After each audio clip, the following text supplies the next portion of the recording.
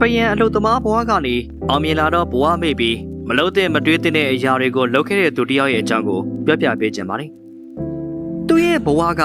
ကြာပန်းပယံအလုသမားဘဝကနေစပြီးတဖြည်းဖြည်းနဲ့တန်လျက်ကိုင်းပယံဆရာတယောက်ဖြစ်လာခဲ့တယ်။အဲကနေတစ်ဆင့်ပြီးတစ်ဆင့်ကန်ထရိုက်လုပ်ငန်းရှင်ဖြစ်လာရာကနေတဖြည်းဖြည်းနဲ့အင်ချန်ပြည်ကုမ္ပဏီရှယ်ယာဝင်နေဝင်ရာကနေအခုဆိုရင်တော့အင်ချန်ပြည်နဲ့စောက်လုပ်ရေးကုမ္ပဏီပိုင်ရှင်ဖြစ်လာခဲ့တယ်။သူရဲ့ကုမ္ပဏီကလည်းတော်တော်လေးကိုနာမည်ရလာခဲ့ပြီးအဲ့ဒီအရာကသူ့ရဲ့စိတ်တွေကိုပြောင်းလဲလာစေခဲ့တော့တယ်။သူရဲ့ပယံအလုပ်သမားဘဝကလေးကနေနှစ်ပေါင်းများစွာအတူတူပေါင်းသင်းဆောက်ရှောက်လာခဲ့ပြီးတဲ့မယားဟာညွညွညံ့ညံ့ပင်ပင်ပါပါမျိုးကြောလေးကနေအခုဆိုရင်တော့ဝဝတုတ်တုတ်မဲမဲတူတူကြီးဖြစ်လာတယ်။အသားရည်တွေကလည်းနုနယ်ပြပြရာကနေတပြည့်ပြည့်နဲ့ကြမ်းတမ်းခတ်တော်ရမကတတိတခြားတွန့်လီအရေးအကြောင်းတွေထင်လာခဲ့တယ်။ဟောသူများမယားချောချောလှလှလေးတွေနဲ့ရှင်တော့ပုံစိုးပန်းစိုးဖြစ်နေတယ်။သူမယားကိုတဖြည်းဖြည်းနဲ့စိတ်ကုံလာညင်းငွေလာခဲ့တော့တယ်။ဒါပေမဲ့သူ့ရဲ့မိမအကြောင်းတွေးမိတိုင်းအတိတ်တုန်းကအတူတူပင်ပန်းဆင်းရဲခဲ့တာတွေကိုလည်းမေ့မရခဲ့ဘူး။ဒါပေမဲ့သူ့အနေနဲ့သူမိမရဲ့ရုပ်ရည်နဲ့ခန္ဓာကိုယ်ကိုသီးမခံနိုင်တဲ့ဆိုသူတို့ရဲ့အိမ်တော်တန်းကိုတော်လောက်ပြီလို့လည်းစဉ်းစားတယ်။အမှန်တော့သူနဲ့ပျော်ပြီးဖြစ်ပြီးအပေးယူမျှနေတဲ့သူ့ရဲ့ကုမ္ပဏီကအတွေ့အမှုမှလေးကိုသူကသဘောကျနေကြတာပါ။ဒါနဲ့သူမိမနာမည်နဲ့ဗန်စာအုပ်လုပ်ပြီး3000ထည့်ထားပြီးတယ်။ပြီးတော့အိမ်တစ်လုံးလေးဝယ်ထားပြီးသူမိမကိုတော့လုံလောက်ပြည့်စုံအောင်ထောက်ပံ့ပေးထားခဲ့တယ်။သူ့အနေနဲ့တာဝန်မဲ့သူမဖြစ်ချင်တဲ့အတွက်မိမအဖြစ်သူရဲ့အနာဂတ်အတွက်ကြိုတင်ပြင်ဆင်ပေးထားခဲ့တယ်။သူရဲ့မိမကိုအခက်မတွေ့စေချင်ဘူး။ဒီလိုမှမဟုတ်ရင်တော့သူ့ရဲ့စိတ်ထဲမှာကောင်းမှလက်ပြလုံးမမဟုတ်ဘူး။နောက်ဆုံးတော့သူဟာအဲ့ဒီအစီအစဉ်တွေကိုသူ့ရဲ့မိမကိုပြောပြလိုက်တယ်။ဒီတော့သူမဟာသူ့ရဲ့အကြောင်းပြချက်နဲ့တောင်းဆိုချက်တွေကိုရိုးရိုးကျွတ်ကျွတ်နဲ့ငြင်ငြင်လေးထိုင်နားထောင်ပေးတယ်။ဒီလိုနဲ့သတ်မှတ်ထားတဲ့နေ့ကိုရောက်တော့သူ့ရဲ့မိမကိုအင်္ဂရန်နဲ့စာချုပ်စာတမ်းတွေဗန်စာအုပ်တွေကိုလွှဲပေးပြီးနှစ်20ကျော်လက်တွဲလာခဲ့တဲ့သူရဲ့ဘဝကိုအဆုံးသတ်လိုက်ပြီးအလုံယုံငန်းစီကိုထွက်လာခဲ့တော့တယ်။တမန်တော်လုံးလည်းသူ့ရဲ့စိတ်တွေကကနာမငြိမ်ဘူး။နေလေကင်းကြတော့သူအိမ်ပြန်လာတော့သူမိမကလည်းထွက်သွားခဲ့ပြီ။သူမဟာသူဝယ်ထားပေးခဲ့တဲ့အိမ်တော်နဲ့အင်္ဂရန်တွေဗန်စာအုပ်တွေကိုသူ့ရဲ့အိယာဘေးမှာပဲချထားပေးခဲ့တယ်ဗျ။အဲ့အောက်မှာသူမရေးထားတဲ့စာတစ်စောင်လည်းရှိတယ်။ကျမပြန်သွားပြီနော်။အမေတို့ရွာကိုပဲပြန်ပါပါ။ရှင်ရှာထားတဲ့ပတ်စံတွေအိမ်တွေကျမအတွက်မလိုအပ်လို့ပြန်ထားခဲ့လိုက်တယ်။အမေတို့စီမှာကျမအတွက်အကုန်လုံးရှိတာပဲလေ။အဝတ်အစားတွေအိယာခင်းတွေနဲ့ခြုံဆောင်အထူတွေကျမရှော့ထားပြီးခဲ့တယ်။အဝတ်ဗီဒီယိုရဲ့အောက်ဆုံးထပ်မှာထည့်ထားတယ်နော်။အေးတဲ့အခါယူချုံဖို့မမေ့နဲ့哦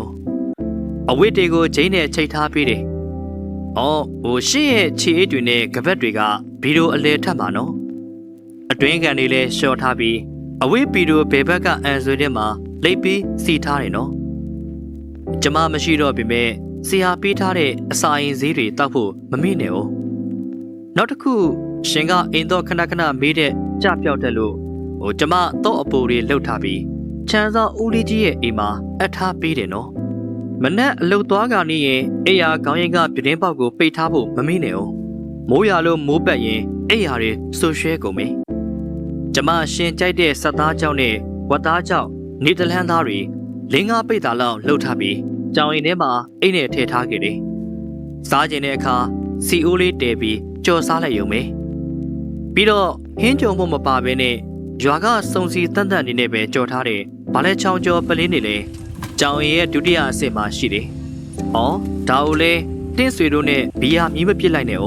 ။သူမရေးထားတဲ့စလုံးတွေကကြောင်ချစ်ထားတယ်လို့ပဲမညီမညာနဲ့လရေးကလည်းဆုတ်ပြတ်တက်နေတာပဲ။ဒါပေမဲ့စလုံးတိုင်းဟာသူမရဲ့ဖြူစင်တဲ့စိတ်ထားမှန်တွေဆိုတာသူခံစားမိနေတိုင်း